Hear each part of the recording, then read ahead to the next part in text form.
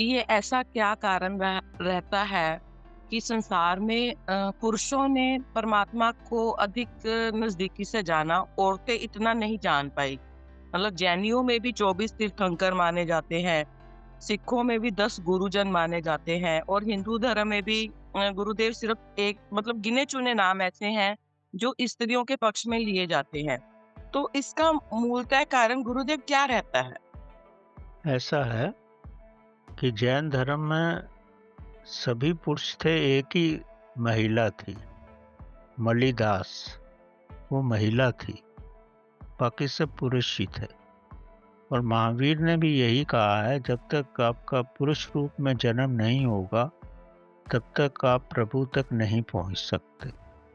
महात्मा बुद्ध ने भी महिलाओं को पहले लेने से इनकार कर दिया था, फिर बाद में जब उनकी माता श्री आई तो उन्होंने महिलाओं के लिए भी अपना आश्रम खोल दिए थे।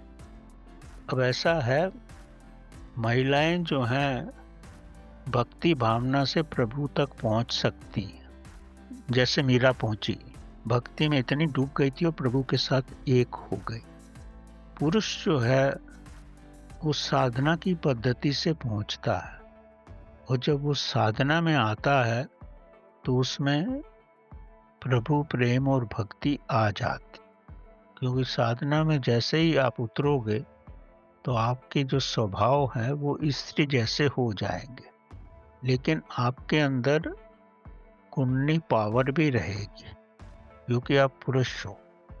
तो आप, चूंकि महावीर का जो पद्धति थी वो तप की पद्धति थी। वो यही समझते थे कि तप की पद्धति, जो मेरी पद्धति इतनी सख्त पद्धति है, वो औरतों के लिए पॉसिबल नहीं है। तो इसीलिए उन्होंने यही कहा कि जब तक मेरी पद्धति पे अगर चलना है तो पुरुष का जन्म लेना होगा। लेकिन ऐसा कोई ज़रूरी नहीं है कि औरत के जन्म से प्रभु तक ना पहुंचा जा सके। अगर आप भक्ति भावना में हैं, पूर्ण रूप से भक्ति में आप डूब चुके हैं, तो प्रभु तक पहुंचा जा सकता है।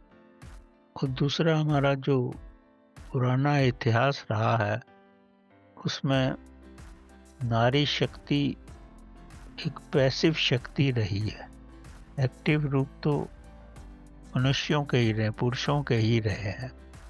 और इसीलिए स्त्रियों को कैसे ब्रह्म ज्ञान मिल सकता है, इसके बारे में कम ही वर्णन है। पर ऐसा कोई ज़रूरी नहीं है कि स्त्रियों को नहीं मिल सकता। भक्ति भावना स्त्रियों के लिए बड़ा सरल है, और भक्ति भावना में अगर स्त्री डूब जाती है तो बड़ी सरलता से प्रभु तक पहुंच सकती है।